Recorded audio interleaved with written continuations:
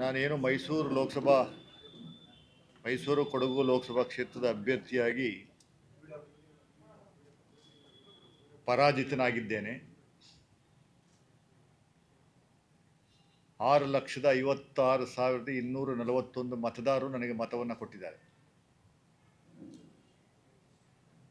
ಅವರಿಗೆ ನನ್ನ ಶಿರಸ್ಥಾಂಗ ನಮಸ್ಕಾರಗಳು.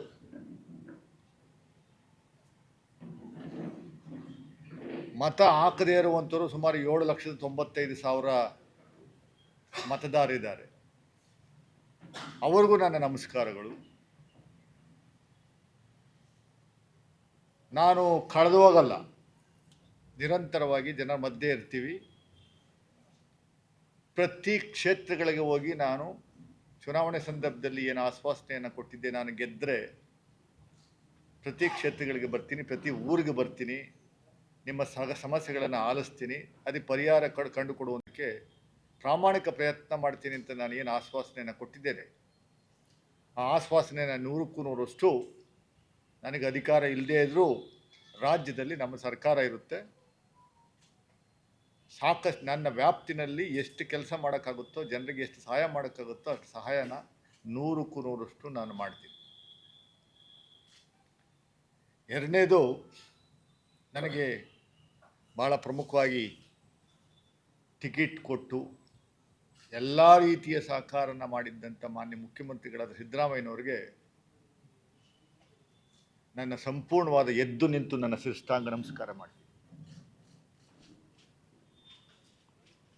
ನನ್ನ ಪಾಲಿಗೆ ಶ್ರೀ ಸಿದ್ದರಾಮಯ್ಯನವರೇ ದೇವರು. ಅದಕ್ಕೆ ಪೂರ್ಣವಾಗಿ ಸಹಕರಿಸಿ ಟಿಕೆಟ್ ಕೊಡುವಂಥದ್ದಕ್ಕೆ ಸಂಪೂರ್ಣ ಸಹಕಾರ ನೀಡಿದ್ದು ಡಿ ಕೆ ಶಿವಕುಮಾರ್ ಅವರು.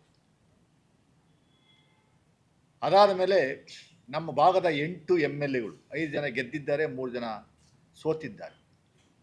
ಅಷ್ಟು ಜನನು ನನಗೆ ಪ್ರಾಮಾಣಿಕವಾಗಿ ನನಗೆ ನನ್ನ ಗೆಲುವಿಗೆ ಗೆಲ್ಲಿಸಬೇಕು ಅನ್ನುವಂಥದ್ದು ಏಕೈಕ ಉದ್ದೇಶದಿಂದ ಕೆಲಸ ಮಾಡಿದ್ದಾರೆ. ಅವ್ರಿಗೂ ನಾನು ಆಭಾರಿಯಾಗಿದ್ದೇನೆ.